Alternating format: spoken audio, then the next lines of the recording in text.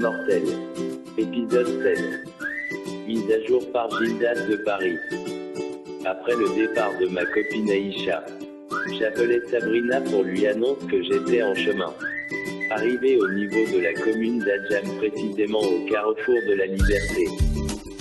Dans le sens giratoire, la mauvaise conduite d'un chauffeur de transport urbain communément appelé Ekbaka me heurta en arrière, me poussant à aller m'écraser violemment contre un poteau électrique. J'eus le nez en sang à cause du choc contre le volant. Un attroupement naquit aussitôt autour du lieu de l'accident.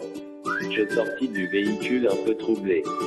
Un homme me secourut en me demandant de me coucher au sol. Il alerta les sapeurs-pompiers. Le Ekbaka qui avait causé l'accident disparut dans la nature sans s'arrêter. Quelques minutes plus tard, les sapeurs-pompiers arrivèrent sur les lieux. Ils me conduisirent aux urgences. Arrivé à l'hôpital, je reçus les premiers soins. Une infirmière m'apporta mon téléphone que lui avait confié un pompier. J'avais reçu plusieurs appels en absence, dont celui de Sabrina et Aïcha. Je rappelais Sabrina pour l'informer de la situation. Elle fut grandement choquée par la nouvelle et me demanda dans quel hôpital j'avais été interné. Après l'avoir située, aussi rapide que l'éclair, elle se rendit à mes côtés.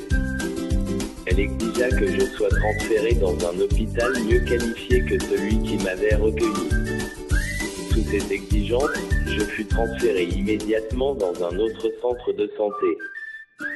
Je compris alors que posséder de l'argent c'était avoir du pouvoir. Il suffisait que Sabrina claque les doigts pour qu'on exécute ses moindres désirs. Après les analyses médicaux, le médecin indiqua à Sabrina que j'avais rien de grave à part le traumatisme crânien. J'étais ressorti indemne de cet accident. Il ajouta aussi que je sortirais dans la soirée.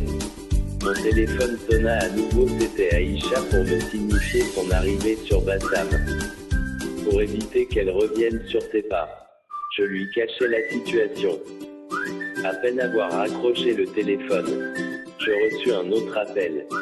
C'était celui de mon patron très en colère au bout du fil. Une personne capacpato, hypocrite et bavard, l'avait informé au sujet de l'accident. Couché sur le lit de l'hôpital, j'encaissais les insultes, les menaces de ce vieux ingrat. De nature cupide, celui-ci devait plutôt s'inquiéter de mon état de santé. Mais ce qui le préoccupait le plus, c'était dans quel état se trouverait son véhicule. Il commençait à me prendre la tête avec ses balivernes au point que je lui raccroche au nez. Après un long moment passé dans le cabinet du médecin, Sabrina rentra dans ma salle me demandant de me rhabiller pour rentrer à la maison. Le médecin venait d'autoriser ma sortie des urgences. À la sortie de l'hôpital, Sabrina exigea que je séjourne chez elle pendant un certain temps afin de continuer les soins. Je n'avais pas le choix d'accepter sa proposition. Sur le chemin de la maison, je commençais à avoir de fortes migraines. Dans le véhicule, je lui exposais l'indifférence que j'avais eue avec mon patron au téléphone. J'étais dans une situation très embarrassante, au risque de ne pas me faire traduire en justice. Je devais réparer immédiatement son véhicule comme il indiquait. Après m'avoir écouté, Sabrina décida de s'en occuper. Arrivée chez Sabrina, c'est dans sa chambre principale qu'elle me demanda de me reposer. Je continuais de bénéficier de certains privilèges dans sa maison. Elle se chargeait elle-même de me cuisiner quelque chose. À mon réveil, la douleur de la migraine avait disparu. Je descendis des escaliers pour aller boire un peu d'eau. Dans la cuisine, j'aperçus Sabrina qui avait fini de préparer. Elle me demanda de prendre place pour commencer à manger. Elle était plutôt douée en cuisine. On aurait dit un cordon bleu. Après avoir fini de manger, je retournais m'endormir. Le lendemain matin, je me réveillais sans Sabrina à mes côtés. Elle m'avait laissé une note au chevet du lit disant qu'elle irait faire des courses. Après avoir pris ma douche, je descendis de la chambre en me dirigeant vers la piscine. Je restais assis dans ce lieu calme et reposant pour me changer les idées. Je profitais de cette tranquillité pour appeler Aïcha. Allô, bonjour ma princesse. Bonjour bébé, comment tu vas?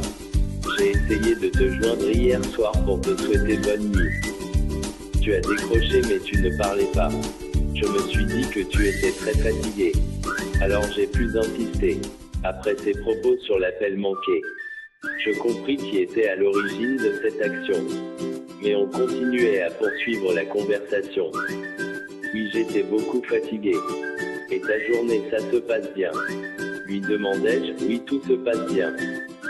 Mais je dois t'expliquer une situation. Ok ma princesse, vas-y, je t'écoute.